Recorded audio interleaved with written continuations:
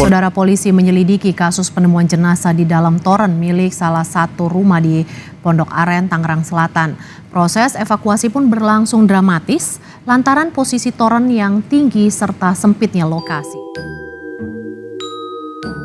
Kala itu, Sutrisno, seorang warga Pondok Aren, merasa aneh dengan keadaan air di rumahnya.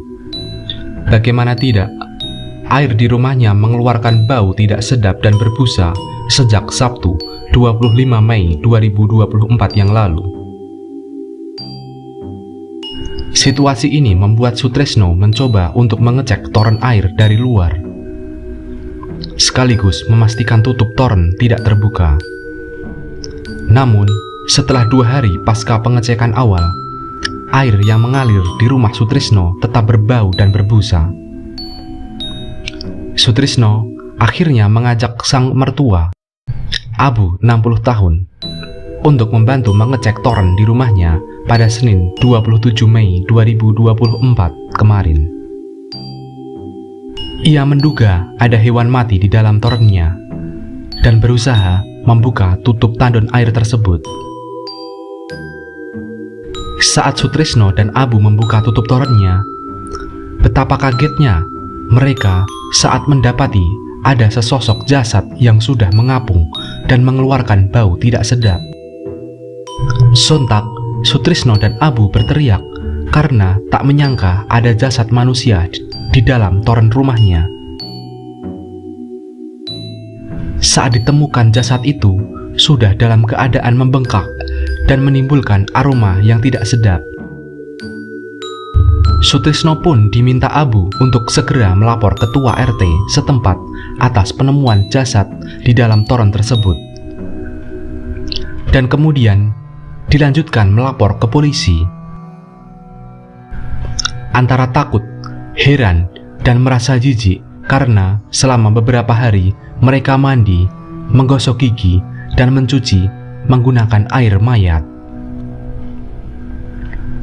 Setelah petugas datang, polisi pun melakukan serangkaian proses evakuasi terhadap mayat korban. Bambang menyebut polisi harus menguras air dari toren tersebut untuk menurunkan toren dan mengeluarkan mayat tersebut. Proses evakuasi berlangsung cukup lama lantaran petugas juga harus memotong toren air sebab jasad korban sudah membengkak. Setelah diturunkan, baru proses mengeluarkan mayat dalam toren yang sudah membengkak. Petugas harus menggergaji toren tersebut agar mayat bisa dikeluarkan. Proses evakuasi mayat korban selesai pukul 22.00 WIB atau 3,5 jam dari awal dimulainya evakuasi. Mayat tersebut lalu dimasukkan ke dalam kantong jenazah dan dibawa ke Rumah Sakit Polri Kramat Jati, Jakarta Timur untuk dilakukan autopsi guna penyelidikan lebih lanjut. Setelah mayat berhasil dievakuasi, keluarga korban tidak langsung mengetahui bahwa jasad yang ditemukan di toren adalah Devi. Padahal jarak rumah Sutrisno dengan korban hanya 100 meter. Justru Ibu Devi Darmiati baru mengetahui sang anak sudah tak bernyawa dari warga yang melapor kepadanya. Darmiati pun sempat syok mendengar kabar tersebut.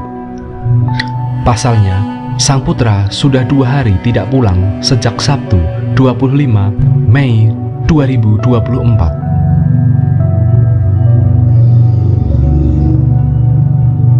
Sang ibu pun mengira Devi sedang menginap di rumah temannya. Dari masyarakat, keluarga, hingga polisi pun awalnya sempat bingung mengapa Devi bisa berada di dalam toren tersebut. Menurut pengakuan dari tetangga, dia sempat mendengar suara berisik dari toren, namun tidak ada rasa curiga sedikit pun. Setelah polisi melakukan pendalaman, polisi mengungkapkan Deka alias Depoy atau Devi adalah seorang bandar narkoba. Hal ini terungkap dari keterangan tersangka AA yang ditangkap terlebih dahulu. Sebelum Depoy ditemukan tewas, polisi menangkap AA di Pondok Aren, Tangsel pada Sabtu 25 Mei. AA mengaku dirinya bersama P, DPO, dan Depoy atau Devi membagi 50 gram sabu di rumah kosong milik Depoy. Berdasarkan keterangan AA, dia mengaku menyerahkan narkoba kepada P, DPO, di rumah kosong milik Depoy. Di rumah kosong itu, Depoy dan kawan-kawan sempat mengonsumsi narkoba bersama-sama. Di tempat yang sama, di rumah kosong itu pada Sabtu 25 Mei, polisi mendatanginya. Saat itu, yang bersangkutan juga melakukan pemakaian bersama dengan si A, dengan si Deka, sama si P, dan sama si Dwi bareng memakai. Di situ jelasnya. Pelaku yang kita amankan adalah saudara AA. Barang buktinya seperti yang rekan-rekan saksikan saat ini, ada 5 klip plastik yang berisikan narkoba jenis metafetamin sabu seberat 1,16 gram, kata Kapolsek Pondok Aren Kompol Bambang.